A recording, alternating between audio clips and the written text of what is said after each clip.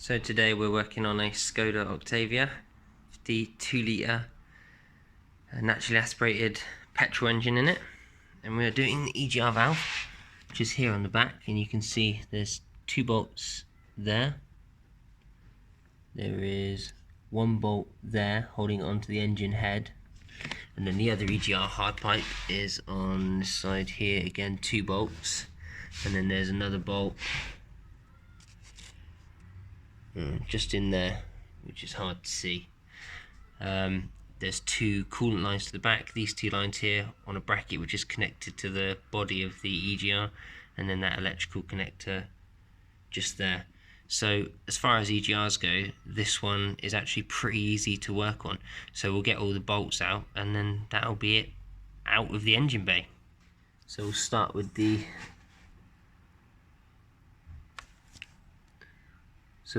low-hanging fruit, which is this. Just push down on that, pull, and off she comes. When you push down on this tab at the back, you can see how the connector on the inside lifts up. That's hooked onto this bit here. Easy peasy. So I have just taken off the 2 coolant lines at the back, which were on here like this. So once they're on there, you have to, I get some pliers on here, and then you have to make sure that it's twisting easily like this, and then once it's doing that, then you can pull it off. And the way that you release the clip is you have to get some pliers and squeeze that together to slide it back, because obviously this clamp, as you saw earlier, this clamp was on the end. So the top bolt was pretty easy to get to with my ratchet. This bottom bolt here was slightly more tricky, so I just used some extensions to bring me out here and break it loose that way. It's a bit of a slow process because obviously it's just tiny turns at a time, so keep with it and you'll get it out. So these 2 bolts here at the back, you can see them just in there, those 2. Are quite easy to get to. You just need to use an extension basically and your ratchet to break them loose. I disconnected this electrical connector so I can get my ratchet in there. So make sure anything you take off that you plug back in, and then once it's broken loose, it should just wind out by hand, as you can see this is doing. I know you can't see it because the light's in the way, but they're not very difficult to take out. Okay, so these are pretty easy to remove. Just pull it like that, and then just set those to one side. Oops. Make sure you keep your coolant hose up so none of it drains out. Well, as little as possible anyway. And now all that's holding this on is the 2 big bolts, one here and one on the other side.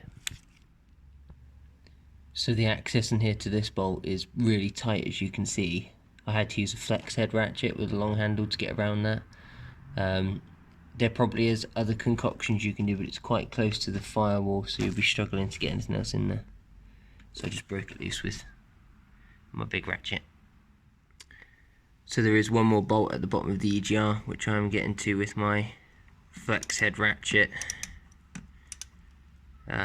which is just clearing these pipes at the back, and I've got an extension on it. It is an 18mm head bolt. I used a 12-point just to make it a little bit easier to get it started, but it's a 6-point bolt, so that'll also work fine.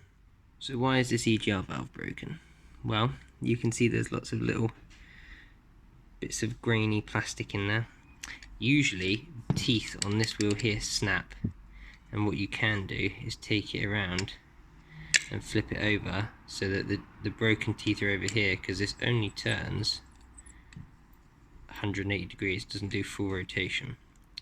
Unfortunately on this one it is these teeth here which are broken, which in our case you could repair this, but I'm not going to glue any epoxy on it and then file it back. We're just going to put a new EGR valve in it.